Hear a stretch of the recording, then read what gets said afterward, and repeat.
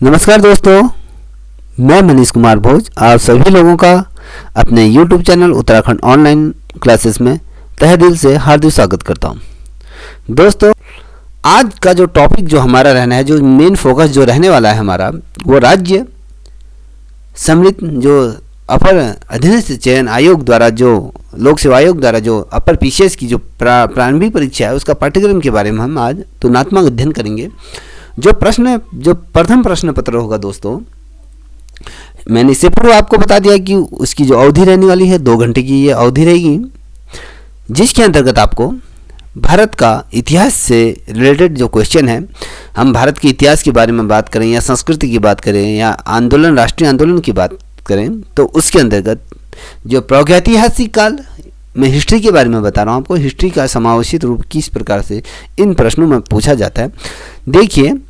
अगर हम प्रागैतिहासिक काल की तरफ बढ़ें तो उसमें हड़प्पा सभ्यता और वैदिक काल और संगम युग, ये प्रश्न यहाँ से पूछे जाएंगे। और महाजनपद और मगध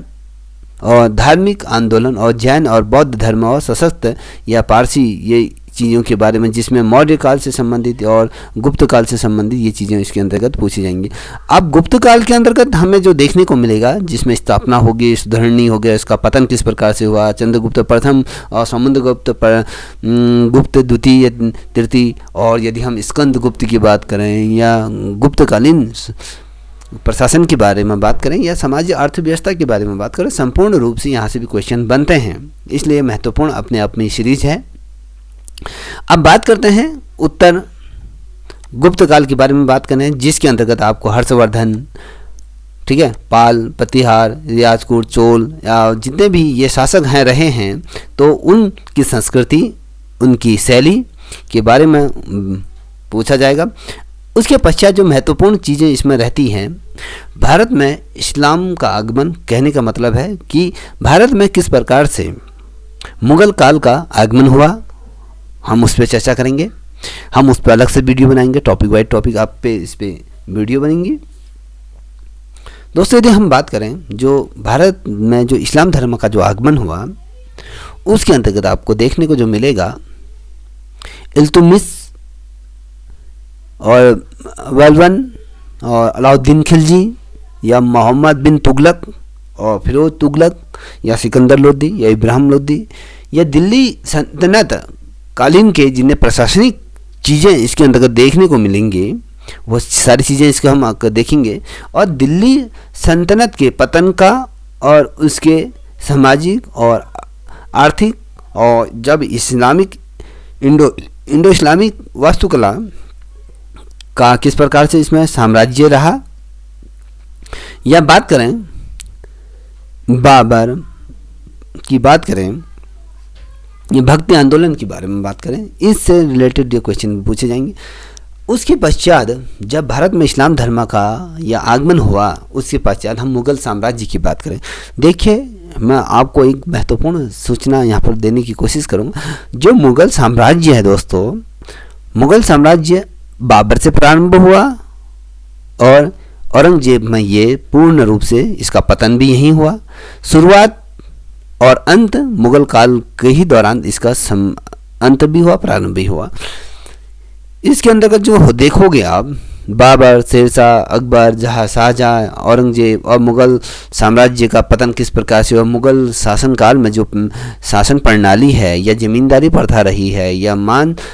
सबदारी जो रही है, जो व्यवस्थाएँ रही हैं, या कहें मुग़ल कालीन साम्राज्य की जो आर्थिक व्यवस्था रही हैं, उनके बारे में अध्ययन होगा। साहित्यिक कला के बारे में होगा, स्थापत्य कला के बारे में इसमें चर्चा करेंगे, भवन निर्माण से संबंधित, ललित कला के संबंध में, मूर्ति कला के संबंध में, और दक्षिणी शैली, या कहें उस समय किस प्रकार से भारत में, यदि हम बात करें, जो शैलियों का उपकेंद्र बना, छोटी छोटी जो शैलियाँ उभर के सम्मुख से आई मुग़ल काल के पतन के पश्चात, जहाँ पर आपको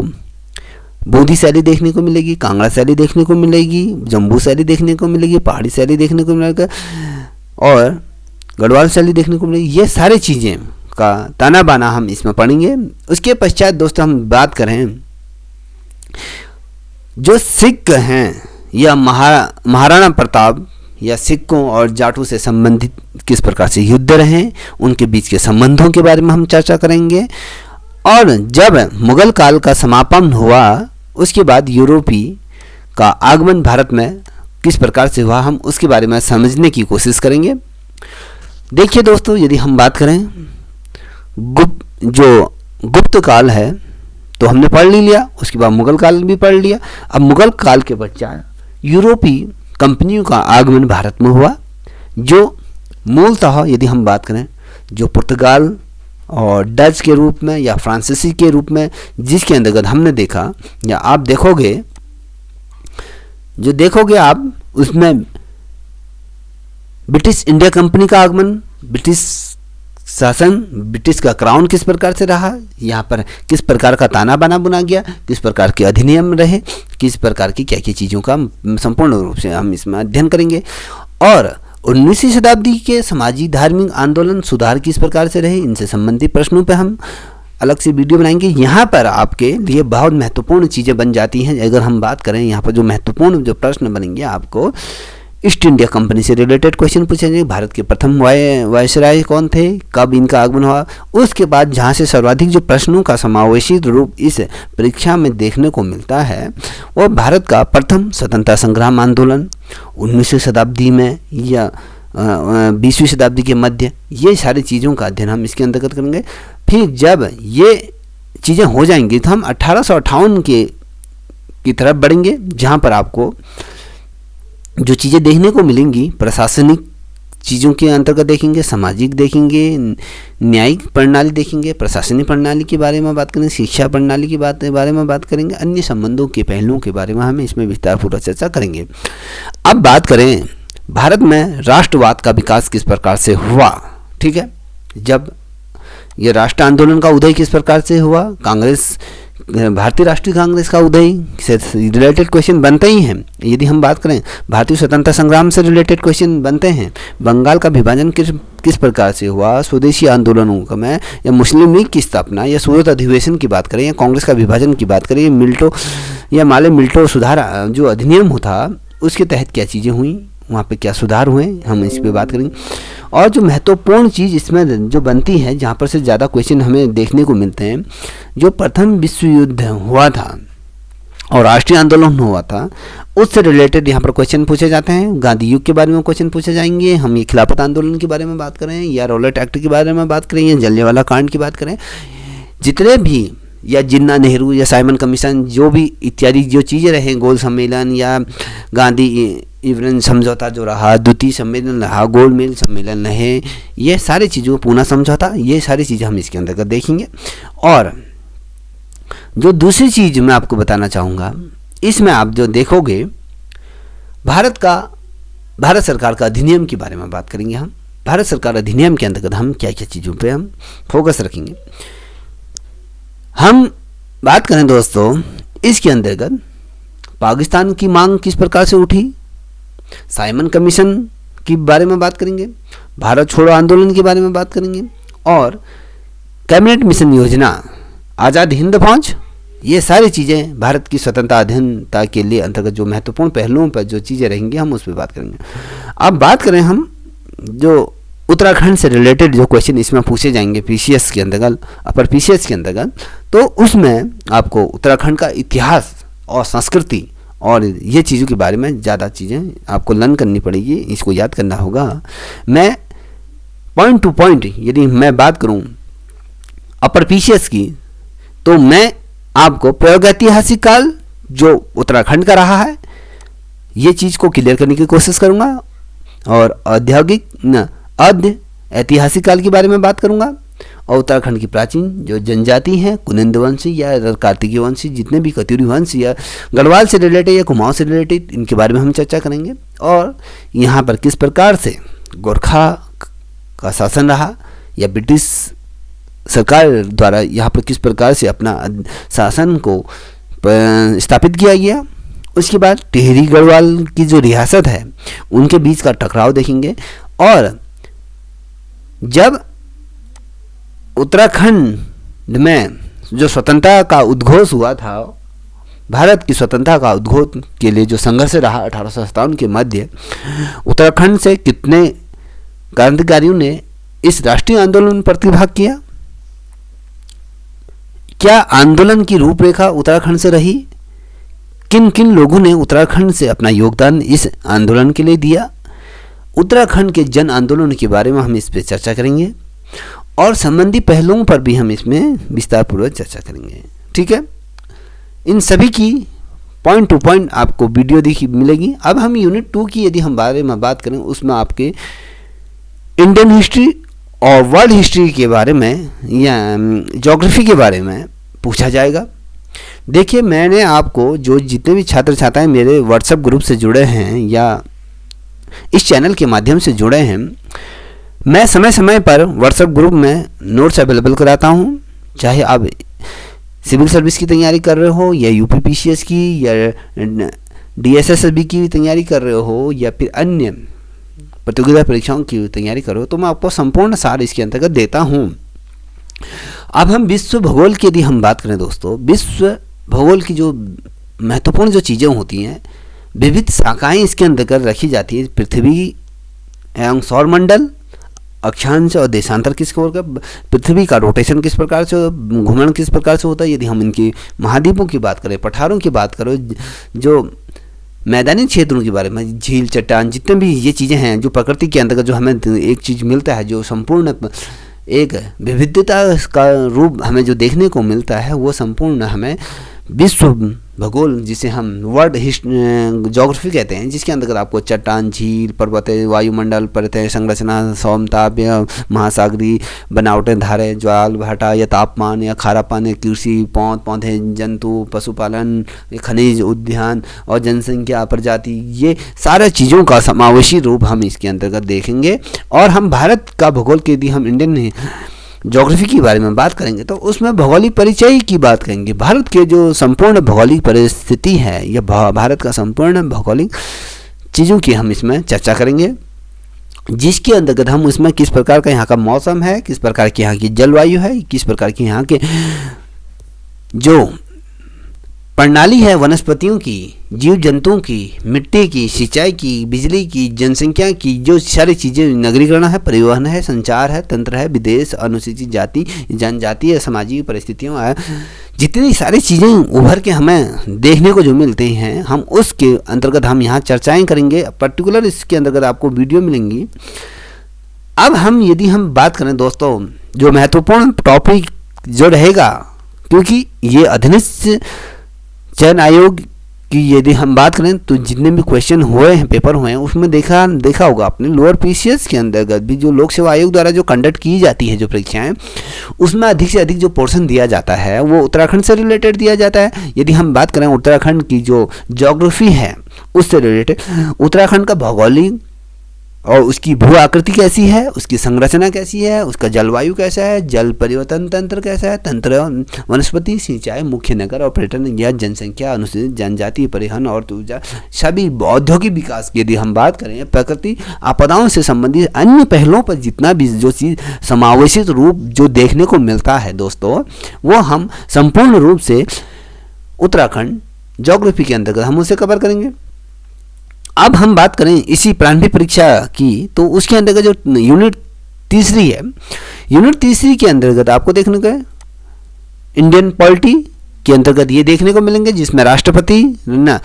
इंडियन राज्य व्यवस्था के अंतर्गत हम जो देखेंगे उसमें राष्ट्रीय, जिसमें संसद प्रणाली होती है, गठबंधन होता है, राजनीतिक क्षेत्र, जातिवाद, सांप्रदायिक, आतंकवाद, नक्सलवाद, ये सारी जितनी भी कल्याण से योजनाएं होती हैं, जितनी भी ये इनमें बात करेंगे। भारत में लैंगिक समानता का आरक्षण या कल्याण सुविधाएं और इत्यादि व्यापक तौर पर हम इस पर अध्ययन करेंगे। और हम इसमें भारत में चुनाव सुधार व्यवस्थाओं के बारे में बात करेंगे, शासन प्रणाली की बात करेंगे, राष्ट्रीय एकता के बारे में बात करेंगे, भारत में किस प्रकार से परमाणु नीतियों का उभार हुआ, पर्यावरण की समस्याएं किस प्रकार की, उनमें किस प्रकार से हमें वो करना है, और आर्थिक तौर पे यदि हम देखेंगे, उदारीकरण की यदि हम बात करें, निजीकरण की यदि बात करें, वैश्विक तक यदि हम बात करें राजनीति शासन प्रणाली की, लोकतंत्र की बात करें, या बैंकिंग प्रणाली की बात करें, या आरबीआई की बात करें, या नाबार्ड की बात करें, या आरडीबीआई की यदि हम बात करें, संपूर्ण ताना बाना इसके अंतर्गत हमें देखने को मिलेगा। दोस्तों बहुत महत्वपूर्ण सीरीज ये रहेगी। और भारत के अंतर्गत इसमें देखेंगे जो संस्थागत सुधार हुए हैं देश में, सिविल सोसाइटी, लोकपाल संबंधी पहलुओं पर हम बात करेंगे। यदि हम इंटरनेशनल स्तर पर देखें, यदि अंतर्राष्ट्रीय स्तर पर देखें, जिसमें हम संयुक्त राष्ट्र संघ के बारे में बात करेंगे, जिसमें हम अंतर्राष्ट्रीय संस्थाओं की बात करेंगे, वैश्विक स्तर की बात करेंगे, और सार्क सम्मेलन, आसियान संबंधित जितने भी गुटनिरपेक्ष और शीत युद्ध है, प्रथम विश्व युद्ध है, और ये सारे मुद्दों पर हम इसमें चर्चा करेंगे। विश्व का आंदोलन या और जितने भी जो पहलू हैं उन पर हम चर्चा करेंगे। अब बात करते हैं इंडियन पॉलिटिकल की बात करें, भारतीय संविधान की यदि हम बात करें, इसमें बड़ा रोचकता हमें देखने को मिलती है। जो अपर पीसीएस का जो पूरा पैटर्न अगर हम देखें, जो सर्वाधिक जो प्रश्न बनते हैं मित्रों, वो सारे जो प्रश्न बनते हैं आपको जो देखने को मिलेगा वो भारतीय संविधान से रिलेटेड चीज़ें देखने को। मैं भारतीय संविधान से रिलेटेड सीरीज कल से प्रारंभ करने जा रहा हूँ। उसे शुरुआत से हम इसकी शुरुआत करेंगे। अलग अलग वीडियो आपको देखने को मिलेंगे जिसके अंतर्गत आप भारतीय संविधान का विकास कैसे हुआ, संविधान की क्यों आवश्यकता पड़ी, संविधान को क्यों लागू किया जाना था, लोकतंत्र किसे कहते हैं, संवैधानिक असेंबली किसे कहते हैं, उद्देशिका क्या है संविधान की, भारत का संविधान की मूल विशेषताएं क्या है, इनके जो विभिन्न भाग हैं, भागों की अनुसूचियों के बारे में बात करें, आर्टिकल की यदि हम बारे में बात करें, ये सभी चीज़ें इसमें देखने को, और भारत के जो मौलिक अधिकार और कर्तव्य हैं उन पर हम चर्चा करेंगे। राजनीति नीति निर्देश तत्व कहाँ से लिए गए हैं, क्या चीज़ें हैं, इनकी वैल्यू क्या रहती है, इन सभी पर अलग अलग वीडियो आपको जल्दी ही मिलने को प्राप्त होगी। और भारत की जो शासन प्रणाली है, संघीय और कार्यपालिका और लोकसभा, राष्ट्रपति, और इन सभी पर हम चर्चा करेंगे। और न्यायपालिका के और उच्च न्यायपालिका के बारे में बात करें, संबंधी पहलुओं पर भी ये चर्चा करेंगे। यहाँ से ज़्यादा क्वेश्चन बनते हैं। अब बात करते हैं भारतीय राजनीति के बारे में बात करें तो संसदीय कार्यपालिका क्या होती है, जिसके अंदर राष्ट्रपति, प्रधानमंत्री, मंत्रिपरिषद, मंत्री सचिवालय, केंद्रीय और सचिव, जितने भी प्रधानमंत्री कार्यालय से रिलेटेड जितने भी चीज़ होते हैं। अब हम राज्य की बात करें, राज्य का कार्यपालिका के अंदर उपराज्यपाल, राज्यपाल, मुख्यमंत्री, उप मुख्यमंत्री, मंत्रीगण और सचिवालय, मुख्य जो कार्यकर्ता होते हैं या उसके जो भाग होते हैं, हम उन पर चर्चा करेंगे। भारत के संसद के अधीन जो राज्य विधानसभाएं हैं हम उन पर चर्चा करेंगे। चुनाव तंत्र और उसकी प्रतिक्रियाओं पर बात करेंगे। राजनीतिक दलों और दबाव जो होते हैं, जो एक्चुअल जो स्थिति जो प्रकट होती है, हम उस पर चर्चा करेंगे। और संविधान की परिपूर्णता के बारे में बात करें, राजनीतिक समाजीकरण की बात करेंगे, भारत में प्रशासनिक प्रणाली की मूल्यों की बात करेंगे, और विकास के बारे में बात करेंगे, भारत में राज्यों का गठन के बारे में बात करेंगे। ये सारी चीज़ें, जिला प्रशासन संबंधी सचिव, ये सारी चीज़ें जो ताना बाना होते हैं, इसी से रिलेटेड ज़्यादा क्वेश्चन पूछे जाते हैं। और दोस्तों जो बहुत महत्वपूर्ण जो चीज़ है, पंचायती राज व्यवस्था से भी क्वेश्चन ज़्यादा पूछे जाते हैं। और लोक नीति, जो शिक्षा का अधिकार, सूचना का अधिकार, सेवा का अधिकार, भ्रष्टाचार का सुशासन व्यवस्था के अधीन, charter act by, e governance क्या होता है, ये सारी चीज़ें इसके अंतर्गत आ जाती। अब जो महत्वपूर्ण जो बिंदु रहेंगे इसमें, जो अधिकारों की बारे में बात करेंगे। मूल अधिकार जो हमारे संविधान द्वारा जो प्रदत्त किए गए हैं, मूल अधिकारों के बाद नागरिकों अधिकारों की बात करें। भारत में जो अनुसूचित जनजाति जितने अल्पसंख्यक समुदाय हैं, ये मुद्दे हैं, ये महिलाओं से रिलेटेड, बाल विकास, ये बुजुर्गों के संरक्षण से संबंधित विभिन्न चीज़ों पर हम चर्चाएँ करेंगे। और तो और जो इससे संबंधित जो अन्य पहलू हैं हम उन्हें भी कवर करने की कोशिश करेंगे। अब हम बात करते हैं उत्तराखंड की राज्य व्यवस्था के बारे में बात करके। यहाँ से भी ज़्यादा क्वेश्चन बनते हैं कि शासन प्रणाली किस प्रकार से है उत्तराखंड में, राज्यपाल का दायित्व क्या होता है, कार्यपालिका, मुख्यमंत्री, मंत्रिपरिषद, केंद्रीय और इनके बीच क्या किस प्रकार से ताना बाना है, लोकसभाएं और लोक सेवाओं के बारे में बात, लेखा परीक्षण, महान्यायाधिवादी, और जो जितने भी अधिकार हैं यहाँ पर, अल्पसंख्यक, अनुसूचित जाति, और यदि हम बात करें जनजातियों के बारे में, यहाँ का भाषा, यहाँ की लोक कला की, यहाँ संस्कृति की बात करें, मापदंड की, यहाँ की भौगोलिक परिस्थितियों के बारे में, यहाँ की जो विभिन्न लोकतांत्रिक मुद्दे हैं, यहाँ पर राजनीतिक जो मुद्दे हैं, शिक्षा, रोजगार, विकास इत्यादि, जो सुशासन, भ्रष्टाचार निर्वहन, या लोकपाल की बात करें, या सिटीजन चार्टर की बात करें, ई गवर्नेंस की बात करें, सूचना अधिकार के अंतर्गत जो जितने भी साधन समाधान होते हैं, उन सभी पहलुओं पर अलग से वीडियो आपको प्रस्तुत की जाएगी। अब हम यूनिट 4 की यदि हम बात करें तो यूनिट 4 अपने आप में बहुत ज़्यादा महत्वपूर्ण है, क्योंकि ये आर्थिक, सामाजिक और विकास के बारे में बात करता है। यहाँ पर जो चीज़ देखने को मिलेंगी वो राष्ट्रीय स्तर पर क्या चीज़ें हैं, आर्थिक नीति में भारत का किस प्रकार से सुधार हुआ, सुदृढ़ीकरण किस प्रकार से, प्रत्यक्ष अप्रत्यक्ष चीज़ों की मुद्रा स्मृति, गरीबी, बेरोजगारी के मुद्दों पर मानव विकास संसाधन जो HRD है उसकी, जनसंख्या मूल अनुपात, केंद्रीय बजट, भारतीय अर्थव्यवस्था के बारे में बात करेंगे, और प्रकृति साधन और जो उद्योग हैं या योजनाएं हैं, जो विकास है या राष्ट्रीय आय है या राष्ट्रीय विकास या बैंकिंग सेक्टर या काला धन या अन्य जितने भी राजकोषीय जितनी भी चीज़ें हैं बीमा सेक्टर से रिलेटेड, हम उन पे ही हम चर्चा करेंगे। ये तो होगी महत्वपूर्ण बात। अब हम अंतर्राष्ट्रीय स्तर पे यदि हम बात करेंगे दोस्तों, तो उसमें आपको WHO या अंतर्राष्ट्रीय पुनर्निर्माण या बैंकिंग के बारे में, मुद्रा स्फूर्ति की बात करें, विश्व बैंक की बात करेंगे, या एशिया से रिलेटेड सार्क देशों के बारे में, आसियान देशों की बात, जो व्यापार से संबंधित जो चीज़ें होती हैं, जो करंट अफेयर से रिलेटेड जो क्वेश्चन होते हैं, या पूंजीवाद से अंतर्राष्ट्रीय स्तर पर जितने भी चीज़ें होती हैं, इन सभी का समावेशित रूप यहाँ पर से क्वेश्चन बनते हैं। तो ये चीज़ें अपने आप में बहुत महत्वपूर्ण रह जाती हैं। और जो महत्वपूर्ण रहेगा ये मानव विकास सूचकांक और उनकी परिभाषा, उत्तराखंड के बजट से रिलेटेड, उनकी जिन चीज़ों की जो मूलभूत चीज़ें हैं उनसे रिलेटेड यहाँ पर हम पूछेंगे। और यदि हम यूनिट 5 की यदि हम बात करें, यहाँ पर सामान्य प्रयोग, ऐतिहासिक, ये करंट अफेयर से, समसामयिकी, खेल जगत और ये चीज़ों से रिलेटेड यहाँ पर ये प्रश्न आपसे यहाँ पर पुटअप होंगे, जो बहुत ज़्यादा महत्वपूर्ण रहेंगे। किस प्रकार से ये चीज़ें हैं, और ये का जो मैंने आपको जो ये चीज़ बताया, और जो यूनिट है 5, 6 है, उसमें महत्वपूर्ण घटनाएं, महाद्वीप घटनाएं, वर्तमान समय की घटनाएं, भारत में विविधता, ये सारी चीज़ें इसके अंतर्गत पूछे जाएंगे दोस्तों। इससे रिलेटेड जो प्रश्न हैं, जो इसके अंतर्गत जो यह हैं chapter wise, point two point हम इसको लेके चलेंगे, और मेरे साथ बने रहें। मैं आपको कोशिश करूँगा कि आपकी अच्छी तैयारी करा सकूँ, ठीक है। मैं अलग नज़रिए से आपका नज़रिया चेंज करने की कोशिश करूँगा। यदि आप को ये वीडियो पसंद आए तो प्लीज़ इसे लाइक, शेयर, कमेंट अवश्य करें, और अपने दोस्तों को भी इसे शेयर करें, अधिक से अधिक लोगों तक ये वीडियो पहुँचे, जिससे कि अधिक से अधिक लोग इसका लाभान्वित हो सकें। आज तक के लिए इतना ही। जय हिंद, जय भारत।